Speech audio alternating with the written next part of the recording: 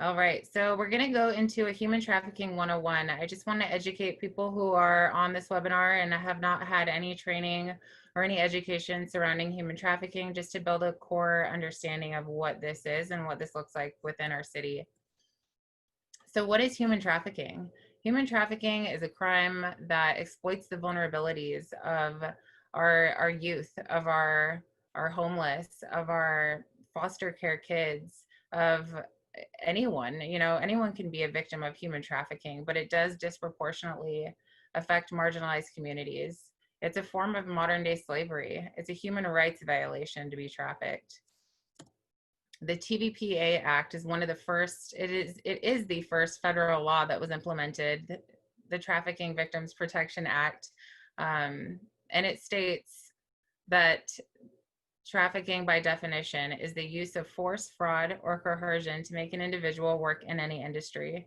So this is broken down into two umbrellas. We have labor trafficking and sex trafficking, where adults and children are compelled to work by force, fraud, or coercion, which would encapsulate this labor trafficking. And then for sex trafficking, adults involved in commercial sex trade as a result of force, fraud, or coercion, or minors exploited for commercial sex. So the exception here, if there's someone under the age of 18 and they're involved in a commercial sex act, they are by law, by the TVPA Act, a victim of human trafficking. So the force, fraud, or coercion legal bar does not need to be met in this instance. So King County currently follows the AMP model. Action means purpose. So what that means, if someone's induced, recruited, harbored, transported, provided, or obtained by the means of force, fraud, or coercion for the purpose of commercial sex or labor services, so sex or labor trafficking, they are by law a victim of human trafficking, or any minor engaging in commercial sex. And a commercial sex act is defined as the exchange for sex for anything of value. So this could be money, this could be a candy bar, this could be clothing, a place to stay, anything. So who are the victims? Victims can be anyone. It could be someone that grew up in an affluent family or someone from a poor community, although it does affect, like I said, marginalized communities. So it could affect anyone from, you know, that has a high educational background as an adult, or it could affect someone being manipulated into this as a child. So who are the buyers and who are the traffickers? Traffickers can be anyone as well. It can be family members, friends, neighbors, religious leaders, boyfriend or girlfriend, diplomats, businesses. We see this in massage parlors, gangs, or anyone buying or selling sexual services from a minor. So if there's an adult buying sexual services from a minor, they are by law the buyer and the trafficker, and they'll be prosecuted as so. And Washington State has some of the harshest laws currently, making it a felony and having to register as a sex offender. As far as buyer demographics, most buyers in this area are white, are 80% white, they're male, they're married, and they have a higher education, so they know about the harms of this crime. They know what they're doing, and they still do it anyway. The majority are from professional business sectors, information technology, and construction fields. So, you know, buyers can be anyone as well, but the demographics do show that it's mostly 80% white males. As far as statistics go, a lot of times we'll see national statistics because it's very hard to gather information locally in communities, especially on CSEC, on our youth. So, but, you know, what we do see is that Washington, and it has the 13th highest trafficking cases within the US.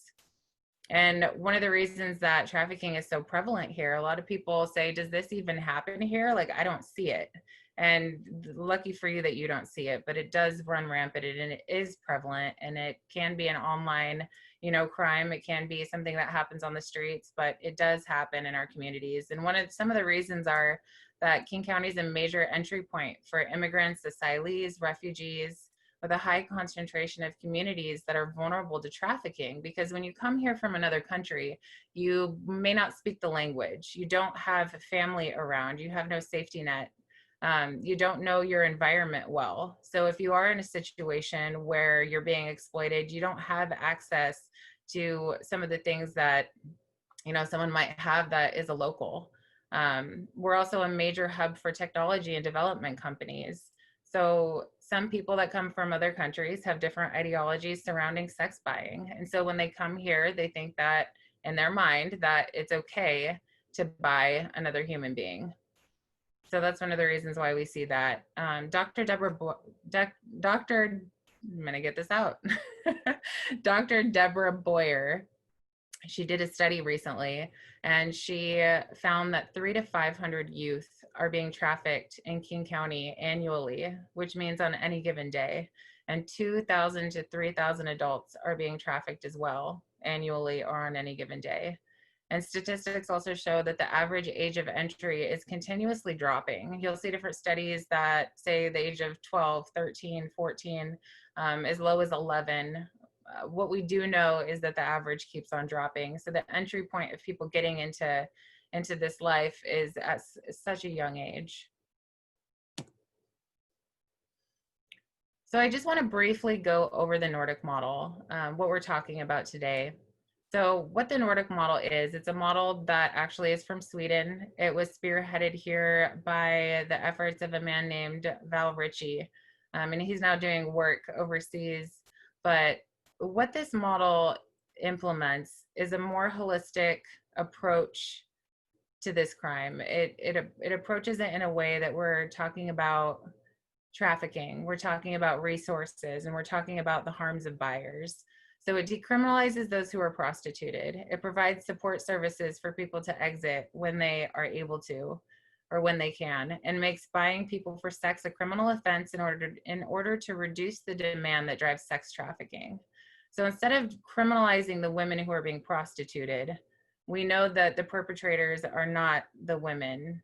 It's the traffickers and the buyers causing the harm. So that's what we're going to curb with this model.